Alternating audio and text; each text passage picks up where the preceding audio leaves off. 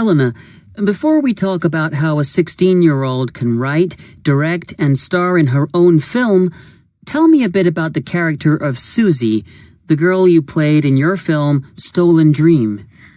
She's artistic and doesn't really care what people think or say about her, or get upset about how people behave.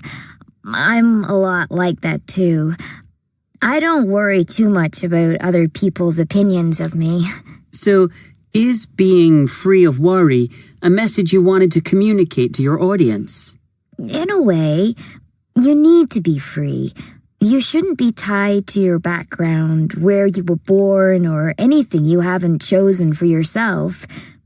People have dreams, and I guess I'm saying that they should have belief in themselves, that they can make those dreams come real.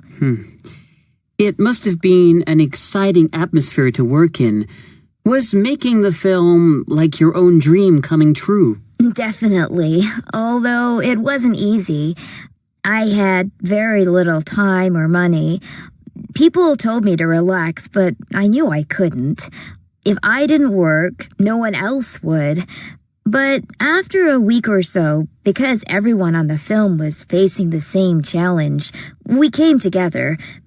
When we all left at the end, it was sad because it was like a family breaking up. Tell me about a typical day's filming.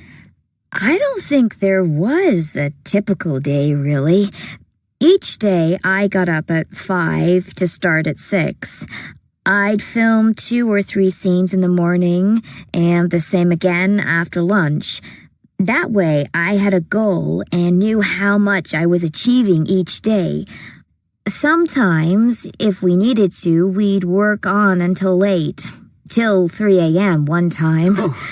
I really enjoyed my Sundays off.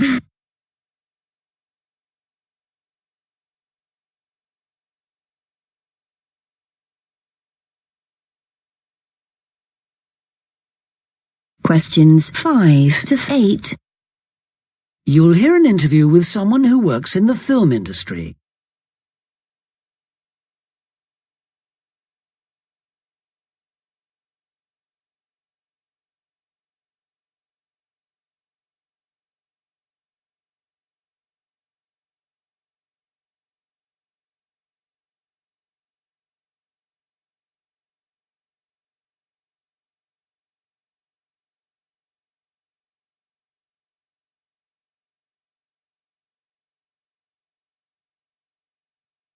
I suppose the first question I have to ask you, Alan, is one you get fed up answering.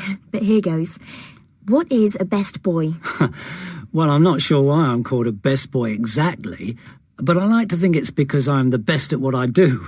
But the title is an American term used to describe the assistant to the man who works with the cameramen and the electricians on a film to make sure that the film is properly lit. So how do you spend your time? Basically, what I do is work between the electrical department and production. I deal with the companies where the lights come from. And I'm also there on the film set, making sure that everything runs smoothly, that the lighting is set up when the camera crew arrives to shoot the film, and then I also help with the budget. We have to do timesheets, things like that. It's mostly paperwork, really. When did you start working in the industry? About 15 years ago. I'd been an electrician, and my first few film jobs were basic electrical ones. Then I moved over to this. It sounds rather a complicated job to me. No, not really.